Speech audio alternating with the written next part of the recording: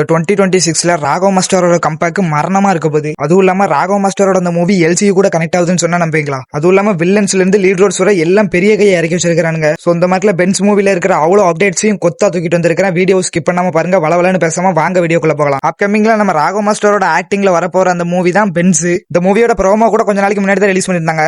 Raghav மாஸ்டரோட look அதுல உண்மைக்குமே தரமா இருந்ததுன்னு சொல்லலாம். அதாவது சாதாரண குக்கிங் செஃப் மார்க்ல காமிச்சு அதுக்கப்புறம் கையில வெப்பன்ஸ் அந்த கன்னெல்லாம் எடுக்கிற மாதிரி காமிச்சு உண்மைக்குமே மாசா காமிச்சிருந்தாங்க.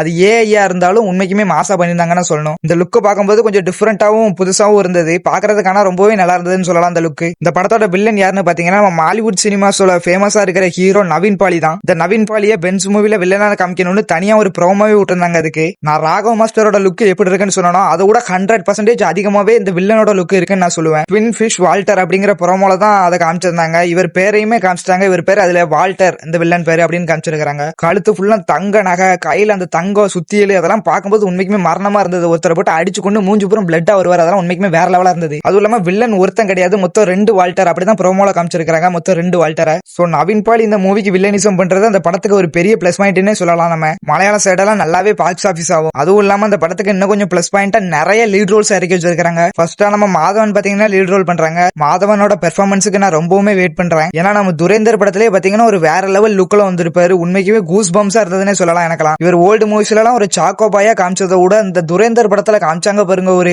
திடீர்னு ஒரு டேன், அதெல்லாம் ரொம்ப மாசா இருந்தது. சோ அத மாதிரி ஒரு நல்ல லுக்லயும் ஒரு நல்ல கேரக்டர்லயும் இந்த மூவில நடிக்க வச்சாங்கன்னா ஃபேன்ஸ் எல்லாம் வேற லெவல் என்டர்டைன்மெண்ட் ஆயிருவாங்க நம்ம மாதவனை பார்த்து. அதுவும் இல்லாம மாதவன் சைடு ரோல் பண்றாங்கனாலே அந்த படம் முழுக்க நல்லா தான் இருக்கும். விக்ரம் வேதா படம் உதாரணத்துக்கு சொல்லலாம். அதுல கொடுத்த ஒரு பெர்ஃபார்மன்ஸ் எதுலயும் கொடுத்தாருன்னா ரொம்ப நல்லா இருக்கும். ரெண்டாவது லீட் ரோல் யாருன்னு பாத்தீங்கன்னா இப்ப அபிஷியலா தான் பண்ணிருந்தாங்க. நம்ம ரவி மோகன் வந்து பென்ஸ் மூவில நடிக்கிறாரு அப்படின்னு. உண்மைக்குமே ரவி மோகன் நடிக்கிறாருன்னு சொன்னா நான் உண்மைக்குமே வேற லெவல் என்டர்டைன் ஆயிட்டேன் அப்படின்னு தான் சொல்லணும். அந்த போஸ்டர் கூட விட்டுருந்தாங்க. ரவி மோகனும் பாக்கியராஜும் ஒரு இடத்துல பேசிட்டு இருக்கிற மாதிரி. சோ எனக்கு தெரிஞ்சு ரவி மோகனும் ஒரு சைடு வில்லனா நடிக்க வச்சா நல்லா இருக்கும்னு தான் நான் நினைக்கிறேன். நம்ம பராசக்தி படத்திலே வில்லனிசம் சூப்பரா பண்ணிருப்பாரு. என்னதான் அந்த படம் எனக்கு ஆவரேஜா தெரிஞ்சாலுமே இவரோட வில்லனிசம் எனக்கு வேற லெவலா தான் தெரிஞ்சது. சோ அந்த வால்டர் கூட சேர்த்து வச்சு ஒரு செகண்ட் வில்லன் அப்படின்னா வேற ஏதாவது நல்ல கேரக்டர் கொடுத்தாலுமே நல்லா பண்ணுவாரு நம்ம ஜெயம் ரவி. நான் ஜெயம் ரவினே சொல்லிக்கிறேன். எனக்கு ரவி மோகன் வாயில வர மாதிரி இருக்குது. ரவி மோகன் அண்ட் ராகவ் மாஸ்டரோட இவங்க 2 பேரும் சேர்ந்து நடிக்கிற ஆக்டிங்காக தான் நான் ரொம்ப வெயிட் பண்ணிட்டே இருக்கிறேன். ரவி மோகன் அந்த படத்துக்குள்ள எடுத்தது உண்மைக்குமே வேற லெவல் பிளஸ் பாயிண்ட்னே சொல்லலாம். அவர் எந்த கேரக்டரை எடுத்துட்டு வந்தாலுமே வேற லெவல்ல பெர்ஃபார்ம் பண்ணி அந்த கேரக்டரை வேற லெவலா கொண்டு போவாரு. அதுவும் இல்லாம அந்த படத்துல ரோலெக்ஸ் டில்லியை கொண்டு வர போறாங்க அப்படிங்கிற ரூமருமே எனக்கு கிடைச்சிருக்கு. இதை நானுமே ஆரம்பத்துல நம்பல. அது எப்படா சூர்யாவையும் கார்த்தியையும் இந்த படத்துக்குள்ள எடுத்துட்டு வராங்க அப்படின்னு நானுமே யோசிச்சேன். ஒரு நாள் குரோம்ல போய் பென்ஸ் மூவி கேரக்டர்ஸ் அப்படின்னு சும்மா சர்ச் பண்ணி பார்த்தேன். IMDb அப்படிங்கிற சினிமா வெப்சைட்டுக்குள்ள சூர்யா அண்ட் கார்த்தி இந்த மூவில நடிக்கிறாங்க அப்படின்னு போட்டிருந்தது. அதுல உள்ள எல்லா கேஸ்டுமே போட்டிருந்தது. ரவி மோகன், மாதவன், நவீன் பாலி, அதுக்கப்புறம் கார்த்தி அண்ட் சூர்யா, இது 2மே போட்டிருந்தது. நீங்க கேட்கலாம் சாதாரண வெப்சைட்டை பத்தி நம்பி இப்படி கார்த்தியும் சூர்யாவும் நடிக்கிறாங்க நம்புறியாடா அப்படின்னு நீங்க கேட்கலாம். ஆனாலும் இது ஒரு 75% நான் உண்மைன்னு தான் சொல்லுவேன். ஏன்னு பாத்தீங்கன்னா இது எல்சி யூனிவர்ஸோட கனெக்ட் ஆகுது. அது ஏன்னு பாத்தீங்கன்னா நான் இதுக்கப்புறம் சொல்றேன். நீங்க வீடியோஸ் மட்டும் ஸ்கிப் பண்ணாம பாத்துட்டே இருங்க. இந்த பென்ஸ் மூவியோட இன்னொரு பிளஸ் பாயிண்ட் என்னன்னு பாத்தீங்கன்னா இந்த படத்தோட மியூசிக் டைரக்டர் யாருன்னு பாத்தீங்கன்னா நம்ம சாய் அபியங்கர் தான்.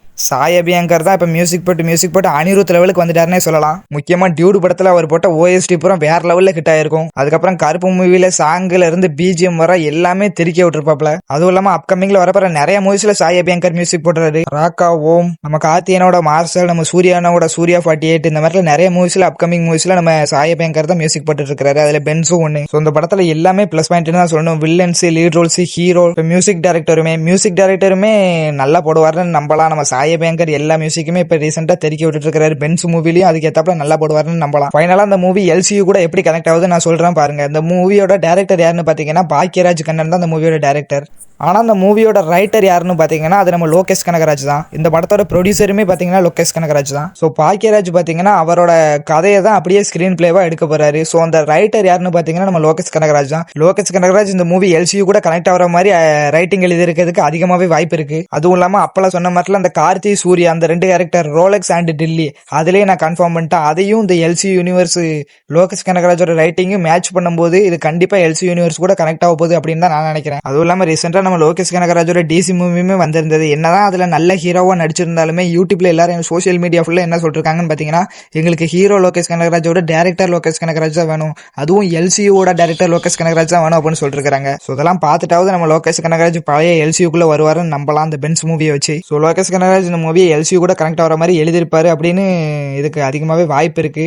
அப்படி எழுதி இருந்தாலுமே பாக்கியராஜ் கண்ணன் அதை நல்லாவே ஸ்கிரீன் பிளே பண்ணுவாரு அப்படின்னு நம்பலாம். இந்த படத்தோட பட்ஜெட் எவ்வளவுன்னு பாத்தீங்கன்னா 100 இருந்து 150 கோடி வரை நம்ம லோகேஷ் கனகராஜ் போட்டிருக்காரு. சோ ராகவ் மாஸ்டர் கெரியர்லயே ஹை பட்ஜெட்ல உருவாகிற ஒரு படம் இதான். இந்த படம் ரிலீஸ் ஆனதுக்கு அப்புறம் ராகவ் மாஸ்டர் கெரியரையே வேற லெவலுக்கு கொண்டு போகணும்னு நான் நினைக்கிறேன். அவரோட பாக்ஸ் ஆபீஸையுமே நெக்ஸ்ட் லெவலுக்கு கொண்டு போகும்னு நினைக்கிறேன். என்னதான் நம்ம ராகவ் மாஸ்டர் நிறைய நல்ல மூவி கொடுத்தாலுமே அது தியேட்டர்ல எல்லாம் அவ்வளவா கலெக்ஷனே பண்ண மாட்டேங்குது. உதாரணத்துக்கு நம்ம ஜிகிர்தண்டா XXXே பாத்தீங்கன்னா அதோட கதையை அவ்வளோ அழகா எழுதியிருப்பாரு நம்ம கார்த்திக் சுப்ராஜ்.